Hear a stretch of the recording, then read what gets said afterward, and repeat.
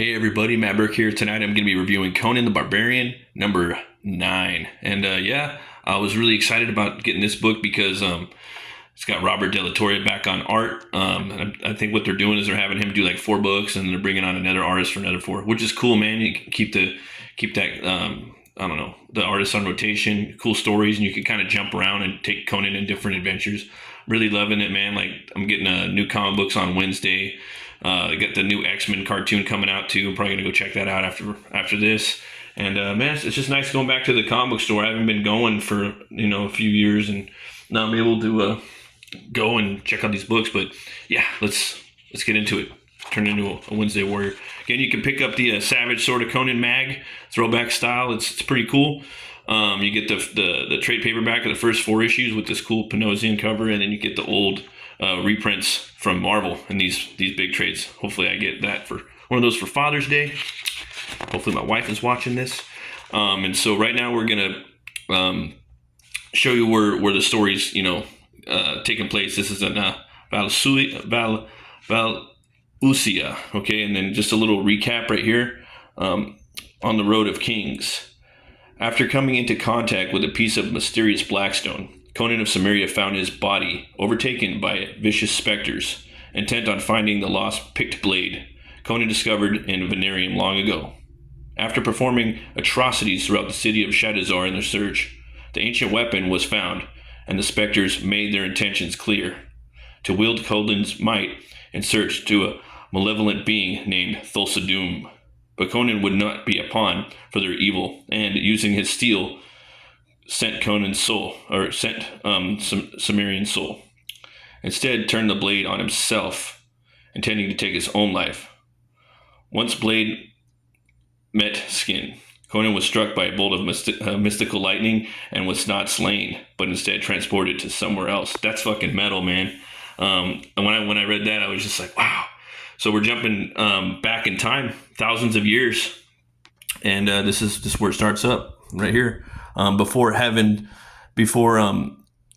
heaving oceans drank Atlantis, there was a time known as the Thurian Age, a time of high magic and hail heroes. Heroes like Brule, the Spear Slayer. This guy's a badass, man. When a darkness of sight and spirit took hold of Valusia, the king sent forth Brule and his trusted men to investigate. So Brule, they're going out. This king, this mysterious king, sent them out, and they're going. And this was covered in issue number 4, and they come upon this. See issue number 4. Go back and get that one, guys. And right here, I see you've undone. I'll see you undone, you demon. I swear it's so. He throws this spike at the spear. He throws his spear at the statue. It explodes. The smoke clears. And it's none other than Conan of Cimmeria. Right there, a wounded warrior who will not be born for 80,000 years, okay? So this is Howard right here, man. He's telling stories of 80,000 years in the past. This is some good stuff right here. Rebel 100. Yeah, man. The Age Unconquered, Part 1. Suffer not the King of Wonders. So then we got, Robert De La Torre back on art. This is badass, man. Loving it. These guys right here. Another devil disguised in the flesh of man. The devil, you say? The devil you are. More specters sent to drag me to hell. Brule, let us run him through. No, wait. Let's see here. The Spear Slayer does not know this man, not yet. But some part of him senses that this one is not like the others, bedeviled by the black stone. He is wounded, confused. No matter. Step forth, you fiends. Fight me, and we'll see who falls. And then, Conan, he just traveled like 80,000 fucking years into the past. It's done its toll on him. He's all chained up on a tree. And, they're not really sure what to do with him, but they know that he's, I don't know, there's something mysterious about him. So this guy's going to let him chill for a bit. So they're kicking it, hanging out. And then out of nowhere creeps a mountain lion, man. It's coming up, popping the fangs, the claws. Quick as lightning, the beast pounces, but Conan moves quicker. Feral muscle collides with timber. Razor claws shred bark. The Cimmerian knows each moment may be his last. It's a cool little spot right there. That reminds me a little bit of like some Frazetta shit right there. Digging it. As he hauls his bonds up, the crosscat knives ready to rend his flesh. The barbarian is now free and ready to fight, while the other warriors are stirred by the screeching cat's call. Like, oh, this guy's a badass right here. Look. Oh, I like this. I like this part right here. You see the line in the background. For a moment, Brule swears that he sees the aura of a lion surge around the Cimmerian's soul. A vision he's only glimpsed once before. A tiger upon the king. Spears up. We have to. The warrior's words falter just as the cougar's cry dies under the steady strain of a rope run red. For a moment, there is only Conan's heavy breathing to mark the moment. Then at last, he speaks, breaching the still. If you intend to bind me again, I'll break you bloody before I fall. Gods. So yeah, they know this guy's a badass, you know. Yeah, man, they become homies right there. I am Conan of Cimmeria. Brule of the Brony tribe. Brony. I'm just playing this Baroni. So yeah, man, they're traveling throughout right here. You're seeing some cool landscapes. I really dig the coloring in here, man. It's not overpowering the inks, but it's got this kind of cool like paintery look to it. Yeah, really awesome.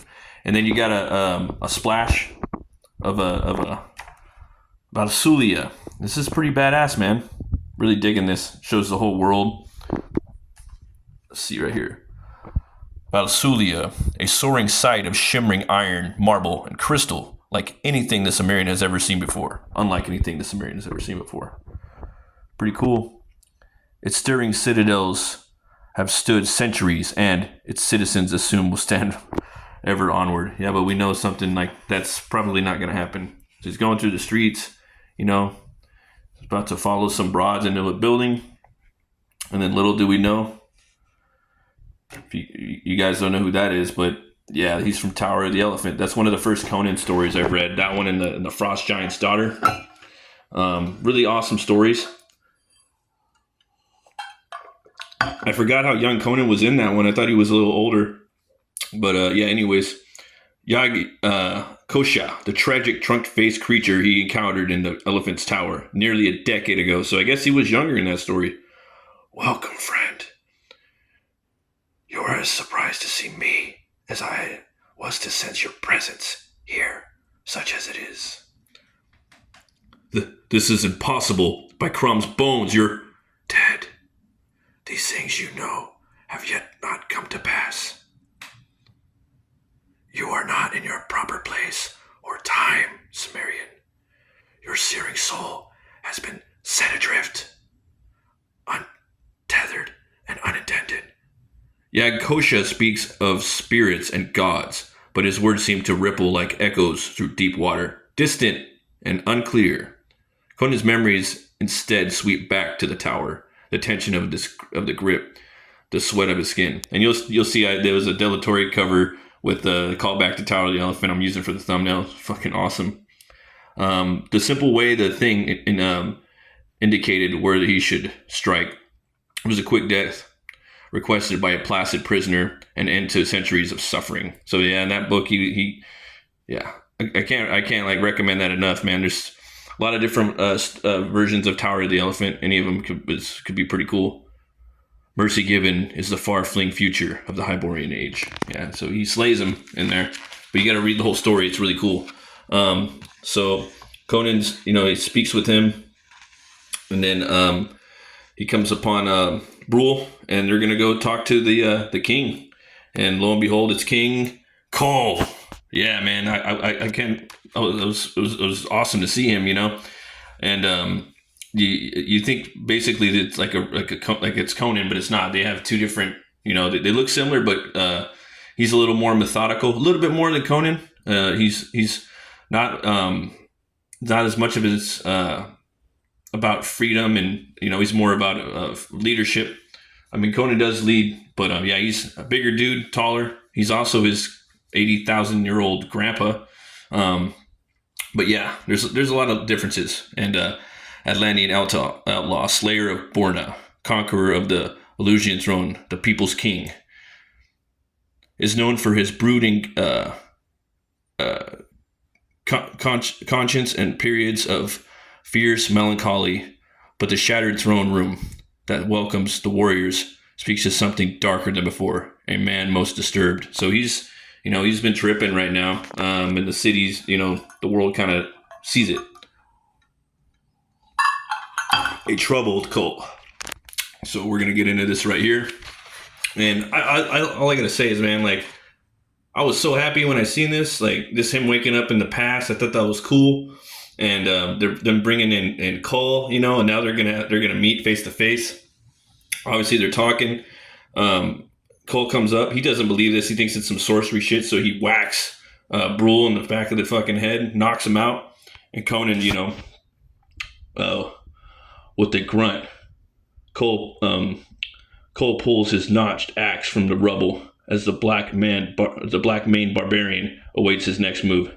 Shapeshifters and traitors at every turn. Yeah, okay, here we go. They're about to throw down.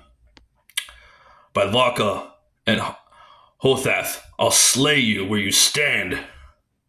You can certainly try. So this is a pretty fucking metal epic battle sequence, man. It's a long fight, dude. I was so happy. A challenge issued, a challenge accepted. Then 2 flaming fans of steel break the air. So there we go, man. He swings at him. Look at that. Gives him a nice little jab to the face. And both beasts are bred to kill. Breaking the hammer. So you can see Cole, like, that's like a good way to kind of see, like, the two, I think he does a great job of showing the two big differences, of Cole and Conan. He is taller, bigger dude. The Nemedian chronicles will never sing of the grim tableau in the untold eons to come. No poems written, no records kept. Oh, I love the little choreography. He kind of spears him with his shoulder in the side of his traps. Then Cole sidesteps, grabs Conan's like little his little or he grabs actually his own cape, wraps it around Conan's sword holder, and then spears Conan's head into the wall, making him bleed a little bit. And Conan grabs him, tosses him over his shoulder. They're still scrapping. I like that. That's like, reminds me of the shot from Conan the Barbarian, the movie with Schwarzenegger. See, look at the fight just going on, man. I'm telling you, every fucking issue that I've read, this book is just action-packed, No words, huh? Very well. Let my steel set this statement.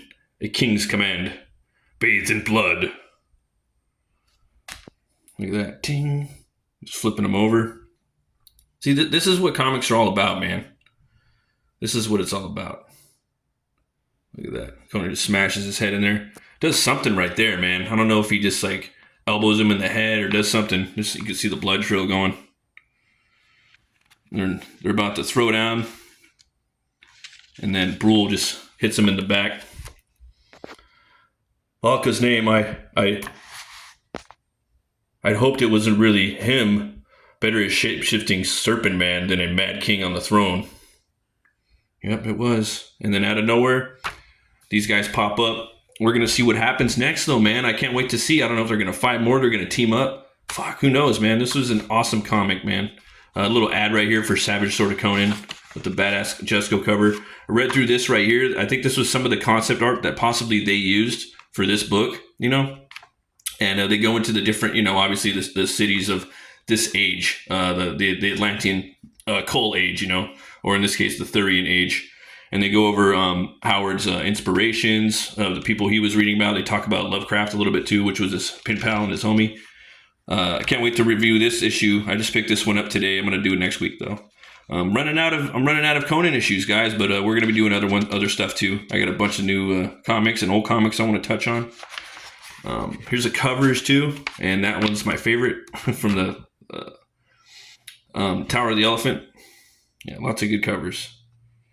Got the map, but yeah, definitely give this book Two Horns Way Up. Go check it out. It's a good jumping on point. I highly recommend that you guys pick up all the floppies though, because I don't know how long we're gonna have Conan the Barbarian like this before he hopefully doesn't turn back into current year Barbarian. Thanks again for watching, folks. You can catch me on Thursdays at 11 p.m. Eastern Standard Time. I do a show called Open the Gates where I have creators come on. They talk about their campaigns and their crafts.